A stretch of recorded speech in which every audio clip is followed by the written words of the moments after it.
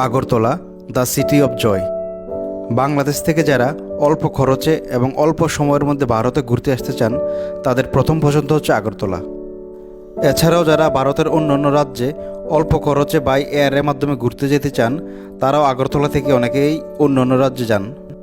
এছাড়াও যাদের ভিসায় অন্যান্য পোর্ট অ্যাড থাকে না, তারা আগরতলা থেকে ট্রেনের মাধ্যমে খুব অল্প খরচে যাওয়ার জন্য আগরতলায় আসেন। আমি আজকে আপনাদেরকে দেখাবো আপনারা আগরতলা ঘুরতে আসলে কোন হোটেলে থাকলে সবচেয়ে কম খরচে থাকতে পারবেন এবং সেই হোটেলে থাকলে কি কি সুবিধা পাবেন। তো চলুন ভিউয়ার্স, ভিডিও শুরু করা যাক। আমি এখন হেঁটে যাচ্ছি আগরতলার শনিতলা মন্দিরের সামনে দিয়ে, যার এক পাশে রয়েছে ব্যাগবাজার আর এক পাশে রয়েছে হকার্স কর্নার। হকার্স কর্নারের সামনে থেকে আমি এখন ব্যাগবাজারের দিকে যাচ্ছি আমাদের হোটেলে যাওয়ার জন্য। এই হোটেলে আমি আপনাদেরকে 4 রকমের রুম দেখাবো, যার যার বাজেট অনুযায়ী আপনারা এই হোটেলে থাকতে পারেন।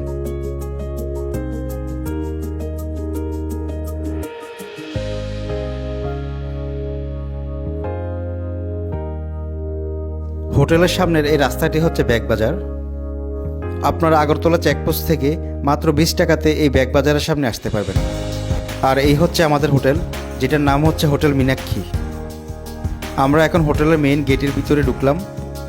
আর এই হচ্ছে হোটেলের রিসেপশন রুম। আপনারা এখানে সকল ডকুমেন্ট জমা দিয়ে আপনাদের রুম বুক করে তারপর আপনারা চাবি নিয়ে চলে যাবেন আপনাদের রুমে। আর সামনের এই রুমটা হচ্ছে হোটেলের ডাইনিং রুম। আপনারা এখান থেকে খাবার অর্ডার করে বা বাইরে থেকে খাবার এনেও এই ডাইনিং রুমে বসে খেতে পারবেন। এইখানে নিচতলাতেও রুম আছে। আমরা প্রথমে 2 তলায় যাচ্ছি, 2 তলায় গিয়ে আপনাদেরকে ওইখানের একটা রুম দেখাবো। এটা হচ্ছে হোটেলের করিডোর, যেখানে সবসময় মিনারেল ওয়াটার রাখা থাকে। আমি প্রথমে আপনাদেরকে যে রুমটি দেখাচ্ছি সেটি হচ্ছে একটি ডাবল বেডের রুম। এই রুমে রয়েছে 2টা সিঙ্গেল খাট, 2টা ফ্যান এবং একটা মিনি সোফা। আমি এক নজরে আপনাদেরকে পুরো রুমের ভিউটা দেখাচ্ছি। আর সেই সাথে জানিয়ে দিচ্ছি এই রুমের ভাড়া কত। এই রুমের ভাড়া হচ্ছে 550 টাকা। অনেক সময় এই রুম 500 টাকাতেও পাওয়া যায়।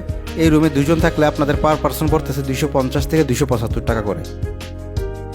এখন আমি যাচ্ছি হোটেলের 3 তলায়, যেখানে আপনাদেরকে আমি একটি সিঙ্গেল রুম দেখাবো। যারা একা ঘুরতে আসেন, সিঙ্গেল রুমে থাকেন, তাদের জন্য বেস্ট একটা রুম আমি আপনাদেরকে দেখাবো। 3 তলা তো আপনারা প্রতিটা রুমের সামনে সবসময় মিনারেল ওয়াটার পাবেন। এই হচ্ছে সিঙ্গেল রুম, যেখানে রয়েছে একটি সিঙ্গেল বেড, একটি সিঙ্গেল ফ্যান এবং একটি অ্যাটাচ বাথরুম। এছাড়াও রয়েছে একটি টিভি এবং একটি মিনি সোফা। আর মীনাক্ষী হোটেলের সবচেয়ে বড় সুবিধা হচ্ছে এখানে আপনারা কম বাজেটের মধ্যে সবসময় ফ্রি ওয়াইফাই সার্ভিস পাবেন, যেটা দিন-রাত 24 ঘন্টায় চালু থাকে। যাদের ভারতের সিম কার্ড থাকে না বা যারা 1 দিন 2 দিনের জন্য আসলে ভারতের সিম কার্ড কিনে বাড়তি টাকা খরচ করতে চান না, তাদের জন্য এই সার্ভিসটি হবে বেস্ট একটি সার্ভিস। এখন আমি যাচ্ছি এই হোটেলের সবচেয়ে আকর্ষণীয় এবং এসি রুমগুলোর দিকে। সামনের এই হলুদ সিঁড়িগুলো দিয়ে উপরে উঠলেই এখানের পরিবেশটা একটু ভিন্ন রকম। এখানে সবগুলো রুমই হচ্ছে এসি রুম। হোটেলের ওই সাইডটা পুরাতন হলেও এই সাইডটা নতুন করে করা হয়, এই জন্য এই সাইডটা একটু আধুনিক। এই হোটেলের রুমগুলোর সামনে রয়েছে মিনারেল ওয়াটার, যেগুলো আপনারা ফ্রিতে পাবেন। আর এটা হচ্ছে একটা 3 জন বা 4 জনের জন্য থাকার বেডরুম। এই রুমে একটা ডাবল বেড এবং একটা সিঙ্গেল বেড থাকে।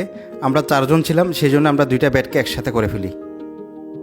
আর এই রুমে রয়েছে সেন্ট্রাল এসি, যেটা সবসময় চালু থাকে।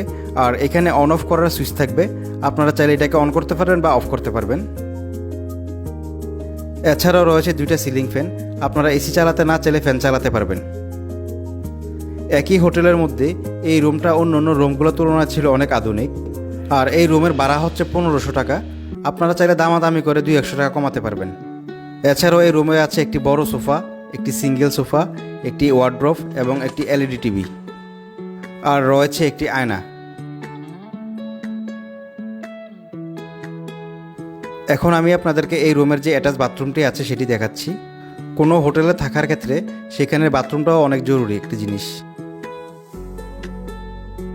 বাথরুমটা দেখতে অনেকটা ওল্ড মডেল মনে হলেও এখানে ছিল সব ধরনের সুযোগ সুবিধা। বেসিন, আয়না এবং একটি হাইকমোড ছিল এই বাথরুমে। এছাড়াও গোসলের জন্য এখানে বালতির পাশাপাশি ছিল একটি ঝর্ণা।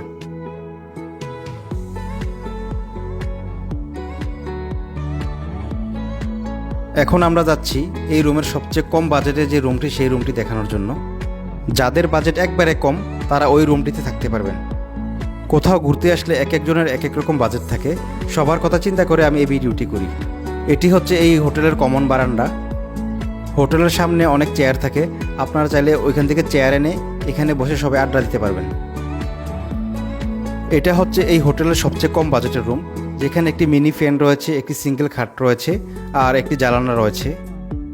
এছাড়াও রয়েছে একটি গ্লাস এবং একটি চেয়ার এবং একটি টেবিল। এই রুমটির ভাড়া হচ্ছে প্রতিদিনের জন্য মাত্র 300 টাকা করে। তবে এই রুমটিতে কিছুটা গরম লাগবে যেহেতু উপরে ছাদ নেই। এই হোটেলে এরকম আরও বেশ কয়েকটি রুম রয়েছে। আর এই রুমের সাথে কোনো অ্যাটাচ বাথরুম নেই। এখানে রয়েছে একটি কমন বাথরুম, যেটি আপনাদেরকে আমি দেখাচ্ছি। এটি হচ্ছে এই রুমের কমন বাথরুম।